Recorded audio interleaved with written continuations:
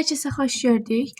Mənə çox suallar gəldi və bu məqsədlə Rufo tövsiyələrinin ikinci hissəsini çəkməyə qərara gəldim. Artıq finala 3 gün qalıb. Bu müddətdə nələr edə bilərik və YouTube üzərindən mənə gələn sualları bacardığım qədər cavablandırmağa çalışacağam.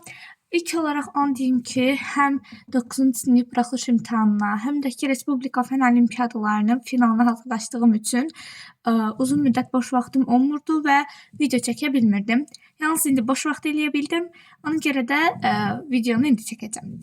Sualları özümdə qeyd eləmişəm və bu suallara cavablamaqla başlayacağam.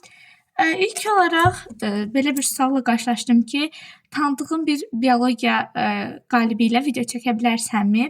Təəssüf ki, mənim tanıdığım bir biologiya qalibi yoxdur. Azərbaycan ədəbiyyatdan qalib olduğum üçün və özüm də olimpiyadaya Azərbaycan dil və ədəbiyyatdan hazırlaşdığım üçün təəssüf ki, biologiyadan qalib tanıdığım yoxdur. Ona görə də onu hələ sonralarda düşünərik bəlkə də. Hansı mövzuların düşdüyünü hardan bilək deyə bir sual gəldi. Dostlar, hər il proqram Azərbaycan Respublikası Təhsil İnstitutunun, yəni ART-nin, təhsil şöbəsinin, müddanın və s. kimi belə deyim, rəsmi qurumların Facebook səhifələrində və ya internet səhifələrində paylaşılır. Buna görə də mövzuları oradan bilə bilərik yalnız. Hər bir şəkildə mənbələrindən tutmur, istənilən qaydalar, mövzular hardan baxa bilərik, hər biri o proqramda verilir. Ancaq belə bir sual da qarşıma çıxmışdı ki, bəs nə zaman proqram çıxar? Bunu biz bilə bilmirik. Adətən yarım finaldan sonra çıxır və ya ilk turdan sonra da çıxa bilir. Yəni buna görə də o müddəti olmur. Yəni nə zaman olsa açıqlanır. Əgər açıqlanmayacağı təqdirdə də açıqlanmadığı turlara qədər biz keçən il proqramı ilə hazırlaşırıq. Yəni deyək ki, proqram yarım finaldan sonra açıqlandı. Biz yarım finala da rayon şəhərdə və məktəb turuna da əvvəlkinin proqramı ilə hazırlaşırıq. Yəni bu barədə tərəddüdə ehtiyac yoxdur. Daha sonra 8-ci sinifə 9-cu sinifin əsərləri düşürmü? Bəli, düşür. Rayon şəhər mərhələsinə düşməsə də, yalnız 8-9 ayrı olduğu kimi 10-11 də eyni zamanda ayrıdır. Ancaq yarımfinal və final mərhələlərinə 9-cu sinifdə düşür, 8-ci sinifə, 9-cu sinifdəki elə 8-9 yenə də bir yerdə hamısı düşür. 10-cu siniflərə də 11-ci sinif düşür. Daha sonra digər bir sual, özün hazırlaşdınmı, yoxsa müəllimlə mi hazırlaşırsan? Bu il özüm hazırlaşıram. Ancaq belə deyim də, yəni bu elə bir şeydir ki, dostlar, sizin özünüzdən asılı olan bir şeydir. Yəni əgər düşünürsünüzsə ki, özüm bunun öhdəsindən gələ bilərəm və mənim müəyyən bazam var, bu zaman özünüz hazırlaşın. Yox, əgər mənim müəyyən bir yerdə çətinliyim var deyirsinizsə, müəllimlərlə də hazırlaşa bilərsiniz. Ona görə də bu şəxsi bir sualdır. Yəni xüsusi bir cavabı yoxdur bu sualın. İstifadə etdiyin kitablar, mənbələr və s. deyə sual verilmişdi. Əslində mən bunu keçən videoda da demişdim. Lakin indi bir daha aydınlıq gətirim. İlk olaraq dostlar, dərsliklər, yəni ən böyük köməkçimiz dərsliklər olmalıdır. Və dərslikləri bütün, yəni lüğətlərindən tutmuş qısa ədəbiyyatşünaslıq terminləri, əsərlər, Azərbaycan dilində qaydalar və s. dərslik əsas mənbədir. Ondan sonra Qəzənfər Kazımovun sintaksis kitabı, morfologiya kitabını da oxuya bilərsiniz. Ancaq orada biraz sintaksisi, morfologiyası daha üst səviyyədə biliklər olduğuna görə daha çox qarşılıqlıq yaradacaq. Amma belə MHM-dən, yəni və s. kimi istənilən MV Akademiya, qayda kitabları, test kitabları, yəni eləm də istifadə edə bilərsiniz. Çətin test və qayda kitablarını istifadə edə bilərsiniz. Amma məni soruşsaz, hansı kitablardan istifadə etdim? Dərsliklər, MHM, MV Akademiya, bunları istifadə eləmişdim. Qəzənfər Kazımovun sintaksis kitabı sizə finalda yalnız mübahisəli məsələlərdə kömək olacaq ki, mübahisəli məsələlərdə Qəzənfər Kazımov sintaksis bölməsində hansı cür yanaşıbsa, o yanaşma ilə götürüləcək məncə. Yəni belə düşünürəm, çünki elə olur adətən. Ondan sonra 9-cu sinifdə oxuyan birinin 10-cu sinifdəki əsərləri oxuması vacibdirmi? Xeyr, 9-cu sinifdə oxuyan bir şagirdin 10-cu sinifdəki əsərləri oxuması vacib deyil, hətta lazım deyil, 11 də eyni zamanda.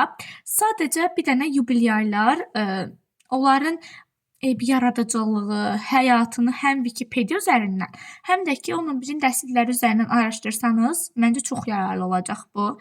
Gündə neçə saat dərs oxuyurdun?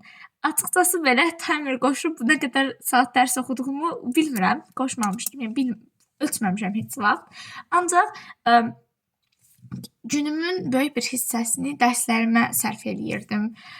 Yalnız dincəlirdim. Təbii ki, dincəlmədən heç nə etmək mümkün deyil. Ancaq günün çox hissəsini oxumağa sərf eləyirdim. Final sualları məndə varmı? Final sualları belə deyim, olimpiadaçılara dəstəyin WhatsApp üzərindən müxtəlif alt qrupları var. Hər bir fənn üzrə. Eyni zamanda Lütfüzadə və Respublika fənn olimpiadaları üzrə. Siz oradan həm əvvəlkilərin sualları ilə tanış ola bilərsiniz, həm mənbələrlə tanış ola bilərsiniz, müxtəlif PDF-lər, yararlı tövsiyələr ala bilərsiniz.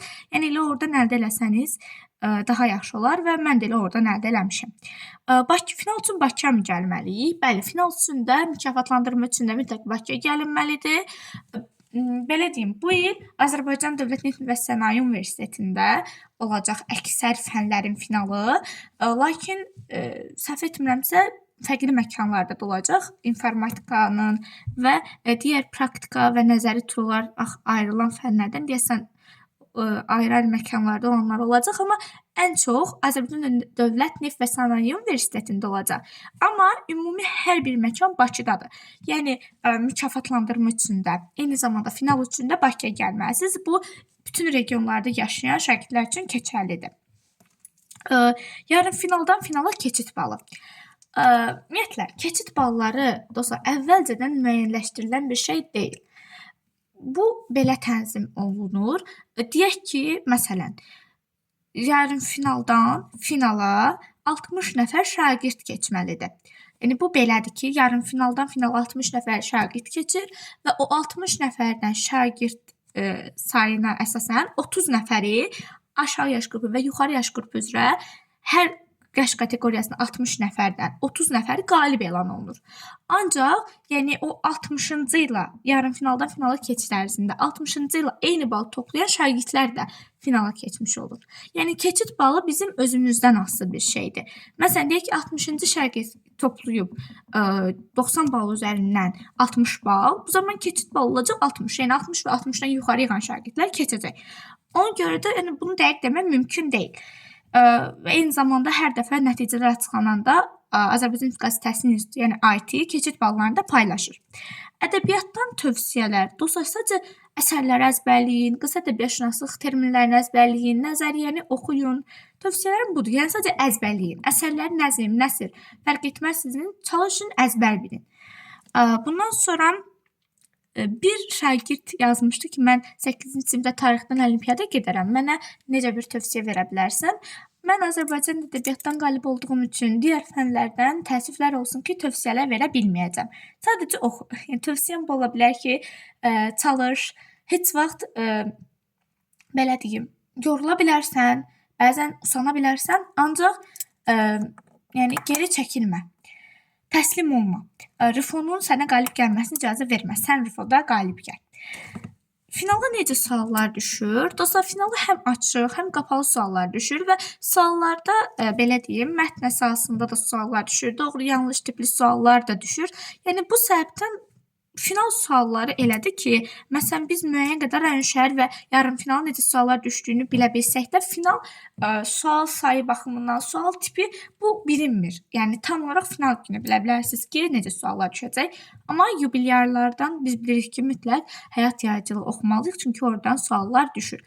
Yeri gəlmişkən də bu ildə Xəqani Şirvaninin və Səməd Vurğunun yubileyi ilə bağlı prezidentimizin sərəncamı var.